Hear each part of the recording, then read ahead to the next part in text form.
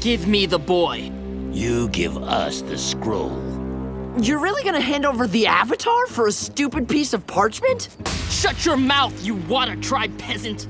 Yeah, Sokka, you really should shut your mouth. I'm just saying, it's bad business sense. Just imagine how much the Fire Lord would pay for the Avatar. You guys would be set for life. Everybody talks about bending, fireballs, tidal waves, you name it. But what about the characters in Avatar who don't bend a single element? That's right, the ones who walk into battle with nothing but skill, guts, and maybe a trusty weapon. In this video, we're ranking all of them, from the weakest all the way up to the non-benders so dangerous they make benders look soft. This is a rematch I've been waiting for. Now here's how the tiers are stacked. S tier, top dogs. These are the absolute best non-benders, masters of combat, strategy, and skill. A tier, the elites, exceptionally skilled fighters who can challenge benders and push them to the edge in real battles. B tier, dependables, strong and reliable, but missing that extra edge that would put them among the greats. C tier, solid. They're decent, maybe even impressive in one area, but they don't pose a serious threat to most benders. D tier, the cabbage tier. These are the non-combatants, background fodder, or characters who just don't stand a chance when things get serious. And yeah, this tier goes to legends like the Cabbage Merchant. Look, I love the man, he's iconic, but let's be honest, one gust of wind and his entire empire's in pieces, zero combat value. Same goes for the background soldiers who exist just to get wrecked in seconds. Legendary commitment, but nah. Still in this tier is Han. This guy was self-centered, arrogant, and completely full of himself. He was so caught up in his own ego that he barely thought about what he was doing, which is exactly why he got taken out so easily. And on top of that, he was terrible at remembering names. Not exactly top-tier material. Admiral Choi! Prepare to meet your fate! Next is Guru Pathik. Now this man is incredibly wise, but he's not a fighter. At least, we never see him throw a punch. His strength lies in spiritual guidance, not combat. If this list was about chakras and spirituality, he'd be top tier. Good one. Moving on. And then there's Princess Yue. Like Pathik, we never saw her fight, and honestly, she probably wasn't even allowed to. But I have to give her massive respect for sacrificing her life to save the Northern Water Tribe. That's courage on a level that no tier list can really measure. But when it comes to actual combat, she just doesn't make the cut. First up in the solid tier is Blackstone Varrick. Now Varrick is far from a fighter, but he is ridiculously innovative. Throughout Legend of Korra, he does some pretty shady stuff, from war profiteering to building weapons for a dictator, but he's so entertaining that you can't help but love him anyway. Moving on, we've got the Kyoshi Warriors. And no, I'm not talking about Suki. She's clearly in a league of her own. I mean the rest of her subordinates. As a group, they're well-trained, coordinated, and fight using a style that turns an opponent's strength against them. They've got a wide range of weapons too, from their iconic fans to katanas, and we saw them easily take down Fire Nation soldiers. They even stood up to Azula and her friends, though they were eventually outclassed. That balance of strength and limitation lands them right here. Following them are the Freedom Fighters. They weren't polished warriors, but they were effective when working together. Jet speed and swordsmanship, Longshot's pinpoint accuracy, Smellerbee's knife skills, Pipsqueak's raw strength, and even the Duke's fearlessness gave them a dangerous mix of abilities. Against Fire Nation soldiers, they could hold their own and cover each other's weaknesses. But without formal training, they weren't as effective in direct large-scale battles. Still, they were dangerous enough to make the Fire Nation take them seriously. Up next is Chief Hakoda. We don't get a ton of his fighting, but during the Day of Black Sun, he shows himself to be skilled and strategic, taking on multiple Fire Nation soldiers at once. That said, he does get blown up not long after in a tower skirmish, which keeps him out of the upper tiers. Overall, Hakoda is definitely a capable warrior, just not among the very best we've seen. The next group here are the Rough Rhinos. Honestly, these guys are disappointing. On paper, they should be terrifying, a squad specializing in heavy weaponry. But in practice, every time we see them, they get wrecked. Their actual feats were pretty much non-existent. I really wish the show had given them more credit, because their weapons are interesting. But they are an amazing singing group, at least according to Uncle Iroh. And finally in this tier, we've got June, the Shearshoe Rider. As a professional bounty hunter, she's easily one of the more impressive non-benders. Even without her shirshu, June is physically strong enough to arm wrestle a huge man into the ground and toss him around like nothing. In the finale, she wiped the floor with a bar full of opponents while still casually catching her drink mid-fight. June's tough, skilled, and stylish. The only real problem with it is that we didn't get enough of her in the series. I see you work things out with your girlfriend. I'm not my girlfriend. Okay, sheesh. I was only teasing. So what do you want? I need your help finding the Avatar. Doesn't sound too fun. Get up! Nobody's going nowhere. I don't think these pirates are here to trade with us. Get back here!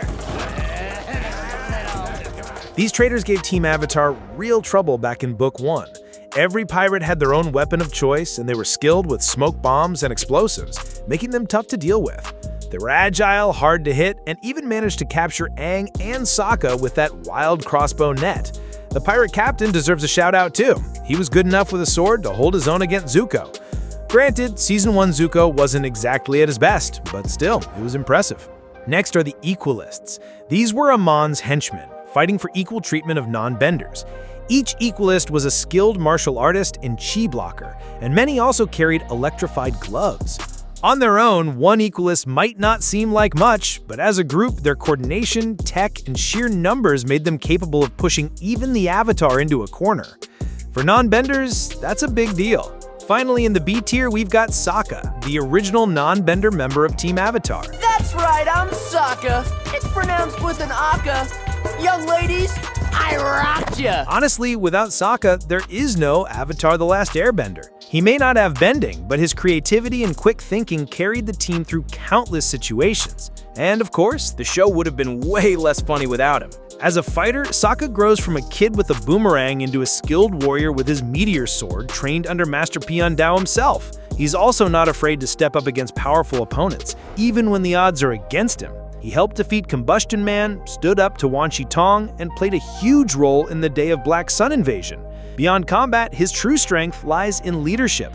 Following in Hakoda's footsteps, he commanded troops from across the world, and his quick thinking and ingenuity directly contributed to ending the 100-Year War. I've studied northern water style, southern water style, even foggy swamp style.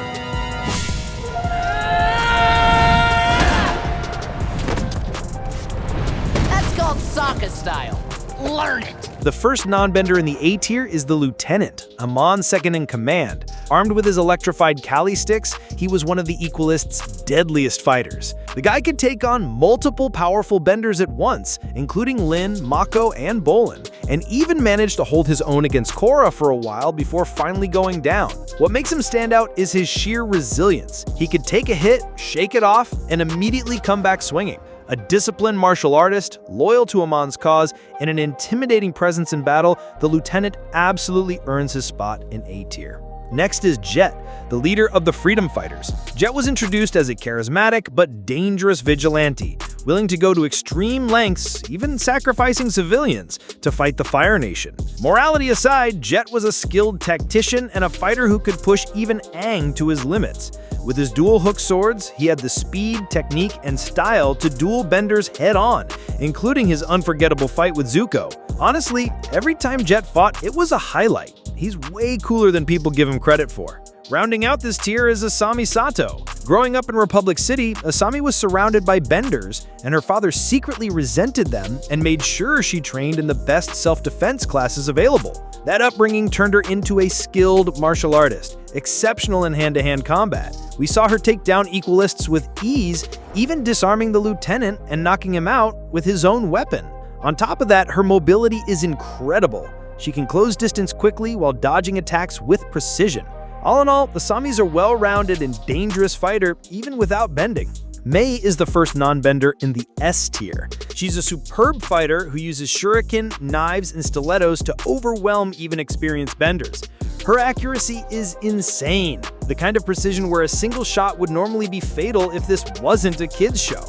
On top of that, she's quick, creative, and absolutely terrifying to face in battle. Definitely not someone you want throwing sharp objects at you.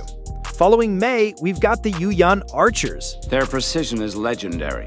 The Yuyan can pin a fly to a tree from 100 yards away without killing it. Yep, that's right, Admiral. These guys are a group of elite Fire Nation marksmen, and their skill is nothing short of insane. Their aerial mobility is unbelievable. They were able to pursue Aang to the depths of the forest and capture him, which is no small feat. While leaping from cliffs and tree to tree, they could fire arrows with pinpoint accuracy, all while reloading and shooting again without missing a beat. Now, it's hard to say how strong one individual archer really is, since they're always seen as a group, but their combined precision and mobility easily earn them a spot in the S tier. And honestly, it's well-deserved.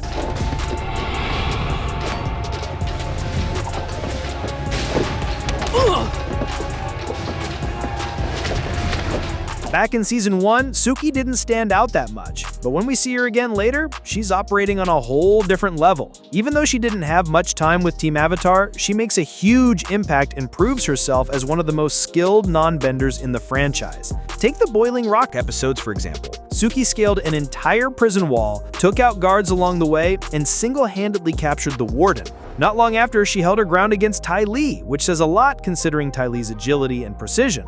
She also showed incredible versatility, switching between Kyoshi fans, a sword, and even a shield depending on the situation. Sure, she was eventually taken down by Azula while defending Appa, but that's hardly a knock against her. Azula was a monster in combat. What matters is that Suki proved herself to be fearless, adaptable, and highly skilled. That's why she earns her place in this tier. Next up is the legendary swordsman Master Piandao. That's what Sokka's talking about. You have a good eye. That's an original from Piandao, the greatest sword master and sword maker in Fire Nation history. He lives in the big castle up the road from here. Even though he's not a bender, his skill with the blade is on another level. He's clever, creative, and famously undefeated. The kind of warrior who once fought off 100 Fire Nation soldiers after leaving the army just because he wanted to live in peace. His abilities back that reputation up. During Sokka's training, Piandao's speed and awareness were so sharp that he was already in position before Sokka could even react. And during the White Lotus's liberation of Ba Sing Se, he disarmed multiple soldiers and flowed effortlessly across the battlefield. Honestly, it's a shame we didn't see him more in the finale. But from what we did get, Piandao proved himself as a legendary warrior and a brilliant teacher. He absolutely earns his place at the very top of this list. And finally, the last non-bender, and honestly the greatest of them all, is Ty Lee. She is insanely agile, moving with a level of flexibility that seemed almost unreal. With just her fingertips, she could shut down benders completely, cutting off their chi and leaving them helpless. Now, being hard to hit is one thing, but being able to close in on skilled benders and shut them down in seconds is what made her truly legendary. What's crazy is that even people who had fought her before, people who already knew what she could do, still couldn't figure out how to stop her. She always found a way around them. So yeah, I'd say there's no doubt Ty Lee deserves the #1 spot on this list. But what do you think? Do you agree with our ranking? Let us know in the comments. And don't forget to subscribe for more Avatar content. Until next time, stay geeky. How are you gonna fight without your bending? I seem to manage.